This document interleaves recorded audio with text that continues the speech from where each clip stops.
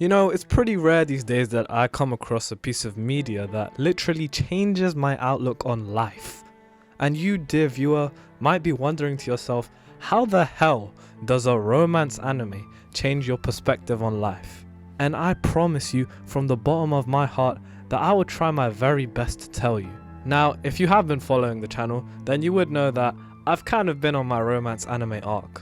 Okay, I watched one other romance anime. I don't got time like that, okay? What are you gonna do, sue me? During the Christmas holidays, I could not stop watching Blue Box. During these 25 episodes, I learned so much about sports, trying to achieve your goals, about there not always being a clear path to the thing you desire, and way more. But before I get too lost in the source, let me paint you a rough picture about what this anime is actually about. So, this story follows the protagonist called Inomata Taiki, and he loves badminton. He also loves this fine girl called Chinatsu, who's always practicing basketball in the morning, like he practices badminton. But he knows he's never securing that. Respectfully, he has no chance. She's an entire year older than him, and she shares absolutely nothing in common with this guy, until, in a weird turn of events, her parents decide to move to another country for work. But since her entire life is basketball, she wants to stay and make it to the nationals. Since Taiki's mom was friends with Chinatsu's mom, they come to an agreement that she can stay at Taiki's house. Like honestly bro, where is the referee? Cause that is a red card if I've ever seen one. In what universe is this ever possible? The girl of your dreams living in your house. When you wake up, she's just chilling downstairs. When you walk back from school, you're coming the exact same way. There is absolutely no possible way he can fumble this. Right? No way this guy just got rejected. 今線引かれ Yep, た game's over.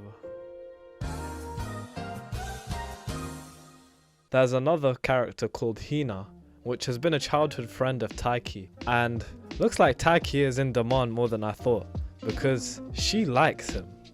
And it's like, damn Taiki, leave some for us. But in all seriousness, it creates a very weird dynamic, because he has to choose now. Does he go for the childhood friend who he spent years with and has so many fun memories, or does he go with the fine girl that literally lives in the same house as him and has been for the past couple months, who he also has a crush on, who he also envisions as his future wife, who he also can't wait to talk to every single day?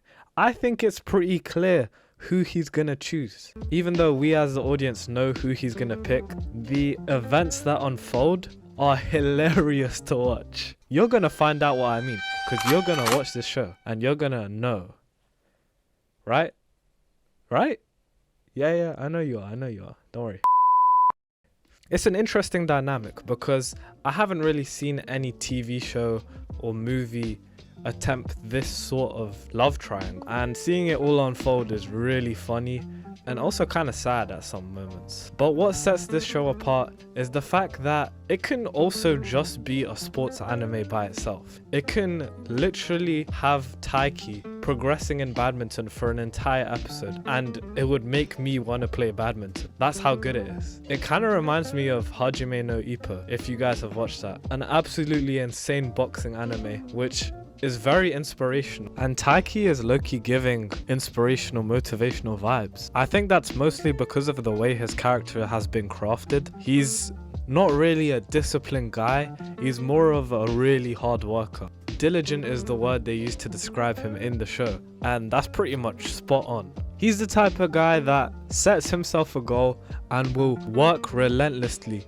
to achieve that goal. As the show progresses, he does change. Instead of being more emotionally driven, he's more calm, collected, and just does stuff because he needs to do that. You could say he's more disciplined. There is a big problem I had with this anime, and that has to do with the last 5 episodes of the season, when they introduced Ayame. She's the literal definition of a bop. She hasn't had a single solid relationship and she says hi to pretty much every guy she walks past. Probably the exact opposite of her elder sister Karen, who is, yeah. But I just felt her presence was so unnecessary in this show. The only point of her character is to progress the relationship between Hina and Taiki, And that didn't really end well. I mean, according to manga readers, I'm just kidding, guys. I love everyone. The show hasn't really adapted much of the manga yet, and Ayame has a decently good arc, which makes her a likable character. Honestly, I don't see it. On the other side of the spectrum, we have Kyo, who is probably the best character in the entire show. His nonchalance is actually cool, and somehow, this guy is the best wingman I have ever seen. He knows damn well that Taiki is way too in his own head to ask Chinatsu out first. So, guess what this guy does? He asks Chinatsu for him. If Taiki manages to win his match, then she agrees to go to the aquarium with him, and wait a minute. This is feeling a bit familiar. Oh, that's where I remember this from. Yeah, Kyo is pretty tough. He's like an omniscient character that has level 100 perception. He always knows what to say and when to say it. I guess having 3 younger siblings does that to you. It's not just Taiki he knows about too, it's everyone. He knows about Hina's feelings for Taiki, he knows about Chinatsu taking a liking to Taiki, even if it's just a little bit. And he knows how to respond in every situation. Even though I'm 80% sure this guy hasn't been in a single relationship himself. But he's kind of mysterious, so I'ma leave that inference out. He also flames Ayame, so he gets bonus points for that. From what I read online, a lot of the problems with this show comes from pacing, or not liking the main characters that much. But I feel like compared to all the other action anime and other anime, the pacing is a nice change of pace. Most of the guys are just crying about certain events in the anime, but it does kind of make sense. So far, Chinatsu doesn't really have any amazing qualities about her, apart from her looks and her love for basketball. And Taiki isn't really doing much right now either, because he literally failed his one goal, which was getting into the nationals. And I'm not going to read the manga to spoil it for me, but apparently the character development is going to be insane. And this first season is just setting the stage for what's about to come. Also, one thing I didn't really like about The Fragrant Flower Blooms with Dignity is how unrealistic the 2 MCs make their relationship happen. I mean, it was incredible to watch, don't get me wrong, but this definitely didn't happen to anyone.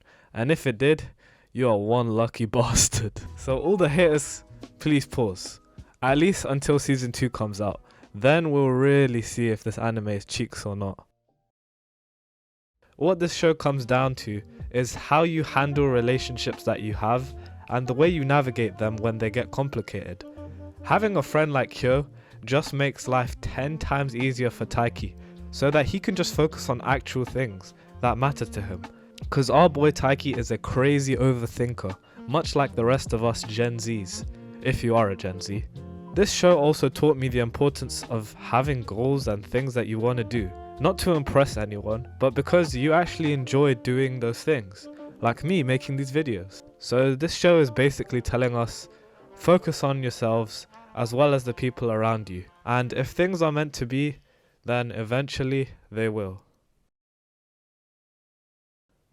Let me know what you guys thought about this video, and also let me know if you've watched Blue Box. I want to see your opinions and thoughts on the characters, what you thought about my takes on the characters, and hell, if you completely disagree with me, that's fine, because we live in that sort of world. But I'm gonna stop yapping for now. Like and subscribe. Tell me what I can do to make these videos more engaging and entertaining. I love hearing from you guys, and I guess that's it. Thank you.